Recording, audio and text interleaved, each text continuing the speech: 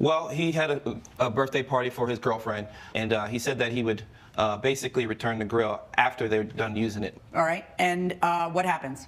So I'm expecting this party to be over about 10. My grill will get home about 10, 10:30. Why did you think the party would be over at 10?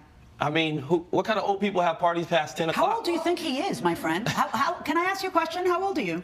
50. Wait, how old are you? 28. You assume the party will end at 10. Go on. Yeah, so I mean, I'm trying to get some sleep, and it's loud over there, so I'm tossing and turning to about 12 a.m. And then I get this text at about 2:30 in the morning saying that I'm going to bring a grill over. Well, I was woken up out of sleep, and I just said, leave it on the patio, and I'll pick it up in the morning. His patio. Okay, why wouldn't you just have him leave it on your patio? Is that where you normally keep your grill? No, I do not. I keep it in my garage. Okay, and then what happens? Well, I show up at about 9 a.m. before work, and I go to the patio, and it's not there. So I assume maybe he put it on the side of the house. So I look around the side of the house. Then I'm thinking, well, maybe it's in his garage. And so I give him a call. So he has his own garage? Yes. Why didn't you just tell him to put it in his garage? It's 2:30 in the morning, Your Honor. I just said, put it on your patio. So then what happens? So I give him a call while he's at work and still frustrated, and he says, I'm shocked that it's not there. Let me hear from you, Mr. Heller. I asked to borrow his grill, and I asked him nicely the day that I needed to do this. Basically, my girlfriend, I wanted to throw her a birthday party. I didn't know I was going to get 60 people saying, yeah, I'll be there. There was a lot of people, so you needed a big grill, and he had a big grill, so you borrowed a big grill. And I appreciated him for that. Did you ever tell him what time the party would end? We didn't really discuss that. Okay, so at 2 in the morning when the party ends, you tell him. Yeah, but you were done grilling way before 2 in the morning, right? Well, we were done, and I actually started cleaning it up when the party was kind of after midnight. I realized it was getting late, and I started cleaning the grill, getting it ready to go. So I went ahead and texted him saying, hey, you know what? I've got your grill done. I've cleaned it up. Let me bring it on back over to your house, so that way we can take care of it. And he was all like, well, I'm just tired. Just put it on your back deck, leave it there till morning, and I'll pick it up in the morning. I was kind of feeling a little funny about it, even though our neighborhood's a nice neighborhood and everything. But yeah, but most people keep their grill in the back. And but do you have a fence or no? No, we don't have a fence. And then you have a garage? I do have a garage. Would it have fit in the garage? I would have had to move some things around. Okay. And he didn't ask you to put it in the garage. He knows you have a garage. No. So you left it on the porch, and what did happen? Why are you texting him at 2:30 in the morning to bring it over? Are you expecting him to still be awake? And also, the true crime here is, why didn't you invite your neighbor to your party? Hey, what are you guys talking about? Nothing. Sports. Birthday sports. No, just sports. Oh, okay.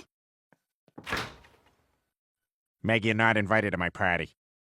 You don't know? It got stolen? I'm just amazed. I'm surprised. I left work. I don't recall seeing it out there at that time, but I just was assuming it was there. I didn't really pay attention. Right. Did you report it stolen to the police?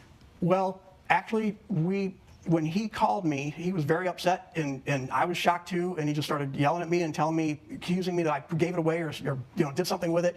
And so after we hung up, I came home after work that night, and I actually went around to a few of the neighbors to see if anybody had seen anything in a truck come by, because it's actually a pretty big grill. So I didn't think it could be taken that easily. But no, actually, we didn't file a report. Did you file a report with the police?